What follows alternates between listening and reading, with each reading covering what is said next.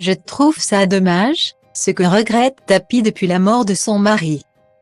Invité de BFM Marseille-Provence à l'occasion de la sortie de son livre Bernard. La fureur de vivre, Dominique Tapi s'est épanchée sur la passion de son mari pour l'OM. Elle déplore qu'aucun geste n'ait été effectué par le club phocéen pour lui rendre hommage dans les tribunes du stade Vélodrome. À jamais le premier.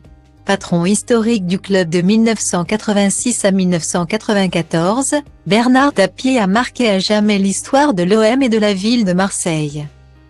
D'ailleurs, les nombreux hommages qui ont suivi son décès n'étaient qu'un témoignage de plus de l'amour des Marseillais pour leur boss.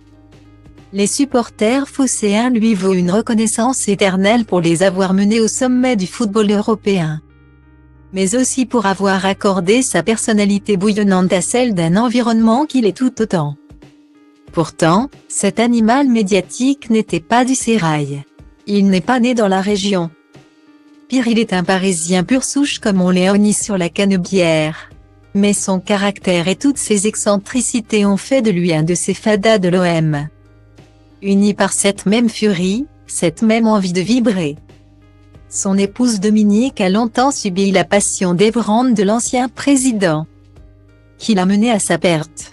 Invité de BFM Marseille-Provence à l'occasion de la sortie de son livre Bernard. La fureur de vivre, elle a fait part de son grand regret, l'absence de patrimoine matériel à l'effigie de son mari au sein de l'Orange Vélodrome. Je trouve ça dommage qu'il n'y ait même pas de tribune ou quelque chose au nom de Bernard, a-t-elle expliqué, entre étonnement et attente. Une anomalie qui devrait être réparée grâce à l'initiative de l'un de ses fils. Il a trouvé un sculpteur pour faire plusieurs joueurs mythiques, avec Bernard au milieu et évidemment la Coupe d'Europe. Ça doit avancer avec une association, a avancé celle qui déplore en revanche le tournage d'une série Netflix sans son accord. Un héritage pour que l'esprit de Bernard Tapie continue de demeurer dans la cité phocéenne.